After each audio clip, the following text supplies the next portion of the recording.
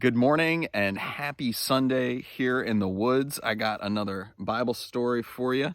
And this one is actually our gospel for today's liturgy, the fifth Sunday in Lent, the raising of Lazarus. So quick recap of the story. So Lazarus is one of Jesus's best buds.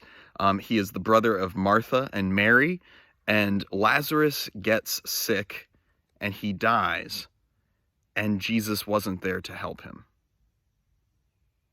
And Martha and Mary grapple with this, and when Jesus does finally show up, they are all like, Jesus, where were you? If you were here, our brother would not have died. And Jesus responds to this by weeping. First of all, he comes to Lazarus' tomb, and he weeps for his friend. He sees that this is not God's plan. Death is not God's will. Sickness is not God's will.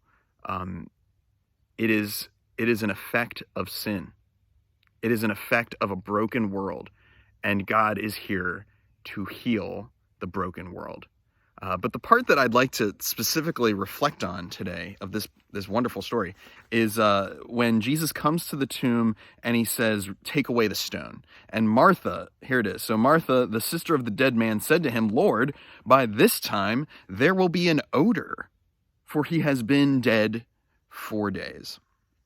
So Lazarus has been in the tomb for 4 very long days, and it's over, right? It's over. He's been in the tomb for 4 days. But think about it in terms of our own experience right now. How many days have we been in quarantine? I lost track. I don't know about you. I have no idea how long we've been in quarantine. It feels like an eternity. Is there an odor by now? Are we spiritually stinky? Have we been rotting in our own selfishness? Have we been festering in a distrust of the Lord? Do we stink? Are we spiritually stinky?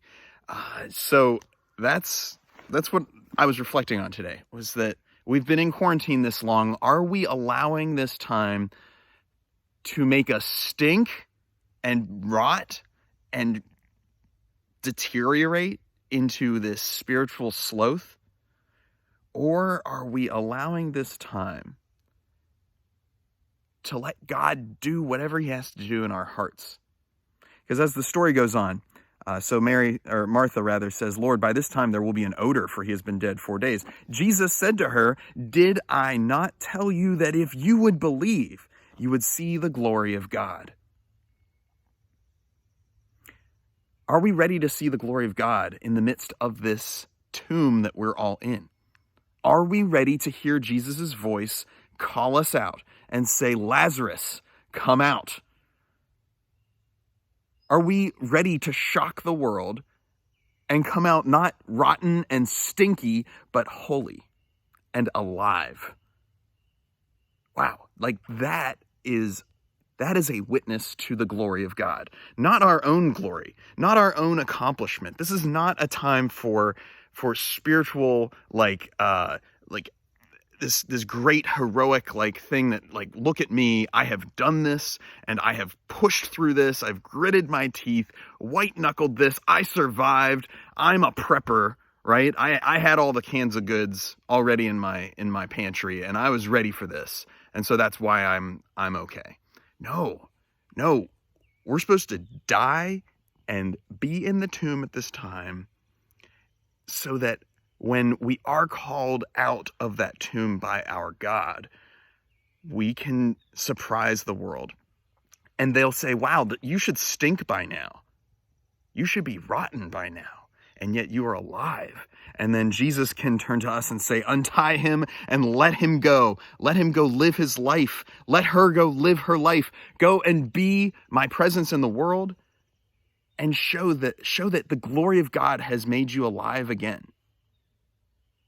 Scandalize the world that you don't stink, that you've been made holy in this time. And so sink deep into this moment and let God do whatever he's got to do to your heart It might be painful. He's a surgeon, and he might have to do some hard work before things start to heal.